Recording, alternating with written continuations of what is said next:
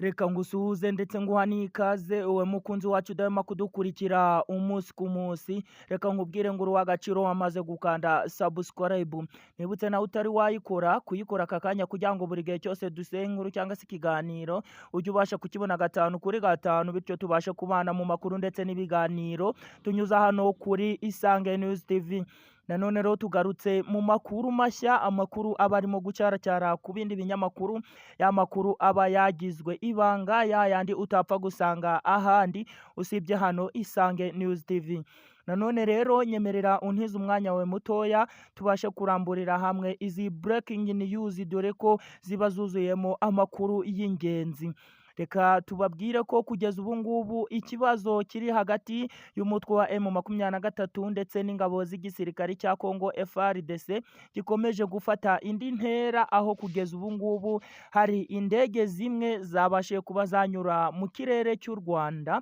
aho zari zihagurutse ku kibuga cy'indege cya Goma zirimo kwerekeza ku birindiro bya M23 kugira ngo zibashe gukontororinga neza ikirere M23 ihagarariyemo cyangwa se irimo kugeza izi saha, kugira ngo babashe kuba bayigabaho ibitero bigiye bitandukanye, aho ku ruhande rwa M23 nayo yatangaje ko yiteguye bikomeye, ibintu bikomeje kugenda bifata indi ntera, aho igihugu cy'u Rwanda gikomeje kugenda kivogerwa n'indege ndetse n'amadoroni y'igisirikari cya Repubulika Iharanira Demokarasi ya Kongo, dore ko byakomeje kugenda binugwanugwa ko umwuka mubi uri hagati y'igisirikari cya leta ya Kongo n'igisirikari cya leta y'u Rwanda RDF ukomeje kugenda uba mubi cyane, aho byatangiye umusirikari yinjira ku butaka bw'igihugu cy'u Rwanda akabasha gushwanyaguzwa n'amasasu y'ingabo za RDF, anari nako ibindi bitero cyangwa se icyo twakwita nk'ubushotoranyi bukomeje kugenda bukorwa n'ingabo z'igisirikare cya Kongo, aho kuri uyu munsi rero hagaragaye indege mu kirere cy'u Rwanda irimo kwizengurutsa igana ku birindiro by'umutwe wa M23, ibintu byaje kuba byatera urujijo rukomeye, aho bamwe mu baturiye akarere ka Rubavu n'abakagendamo batangiye gusha ubwoba, batekereza ko haba ari igitutu cyangwa se haba ari umwuka mubi w'intambara, ndetse bakabasha kugira ubwoba mu buryo bukabije, ariko ubuyobozi bw'igihugu cy'u Rwanda rukabasha kubahumuriza, anariko bwahise bubamenyesha ko bagomba kubaho batuje ndetse kari nta ntambara na gakeya irimo kurangwa hano ku mupaka, aho rero babonaga iyi ndege, anari nako bahise bashiduka bikanga ko intambara yaba igiye gutangira gututumba, ariko bikaza kurangira isubiyeyo, igisirikari cy'u Rwanda kikayihorera ndetse ntikibashe kuba cyanayirasaho.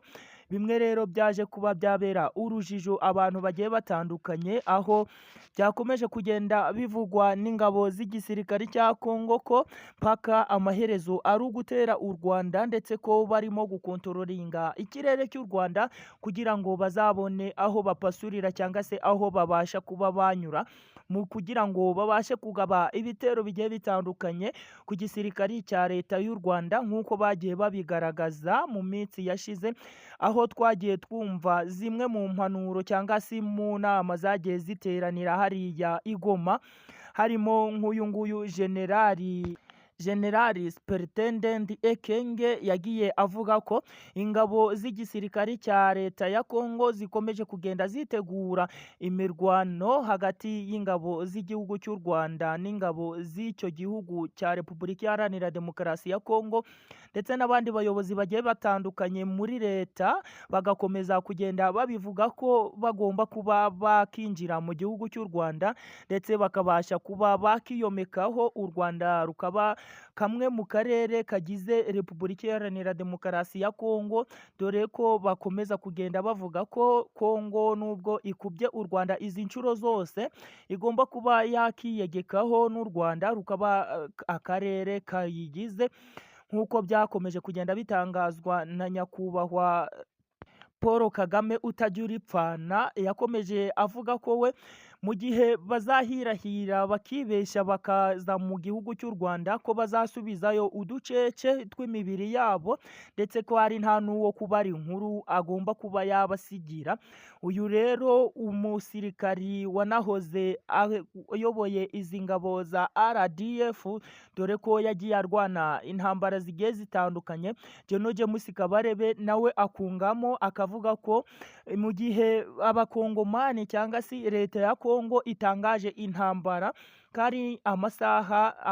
atageze no kuri 72 bigomba gusaba kugira ngo ingabo za RDF zibe zageze hariya muri Repubulika Iharanira Demokarasi ya Kongo, ndetse ko zizaba zanarangije kuba zafata umurwa mukuru wa kiriya gihugu Kinshasa. Anaribyo byakomeje kugenda birakaza hagati y'abayobozi bombi, haba perezida w'igihugu cy'u Rwanda Excellence Paul Kagame ndetse na perezida wa Kongo Felix Antoine Tshisekedi Tshilombo, bagakomeza kugenda baterana amagambo rero, anaribyo byaje kuba byatera ubwoba abaturiye hariya ku mupaka, bigatuma rero bakomeza kugenda babikwamo ikintu bita ubwoba, bavuga ko mu gihe intambara yaba itangiye abasirikari cyangwa se bamwe mu bajenerali n'abajepe b'igihugu cy'u Rwanda ko biteguye kuba bahita binjira bitunguranye muri leta ya Kongo, ndetse bakabasha kuba basesekara ku gihugu cyangwa se ku murwa mukuru i Kinshasa, aho usanzwe ufatwe n'uyu nguyu Felix Antoine Tshisekedi anariko ayoboye Repubulika Iharanira Demokarasi ya Kongo. Ariko bikakomeza bitangazwa ko uyu nguyu Felix Tshisekedi nataramuka yumvishe impanuro cyangwa se inama mu bamwe mu bayobozi bagenda bamuhereza, utibagiwemo n'uyu perezida Paul Kagame, aho yakomeje kugenda amubwira ko ikibazo cya M23 kigomba kureba M23 ndetse na leta ya kiriya gihugu, kitakagombye kuba cyarebwa n'igihugu cy'u Rwanda, dore ko imirwano imaze igihe kirekire hagati y'igisirikari cya M23 ndetse n'ingabo z'umutwe wa Wazalendo ndetse n'izindi nyeshyamba zigiye zitandukanye na FDLR zifatanyijemo n'icyo gisirikari cya leta ya Kongo FARDC. Kugeza ubu ngubu rero bikomeje kuba agatereranzamba. Amakuru yo twari tubafitiye nayo ngayo.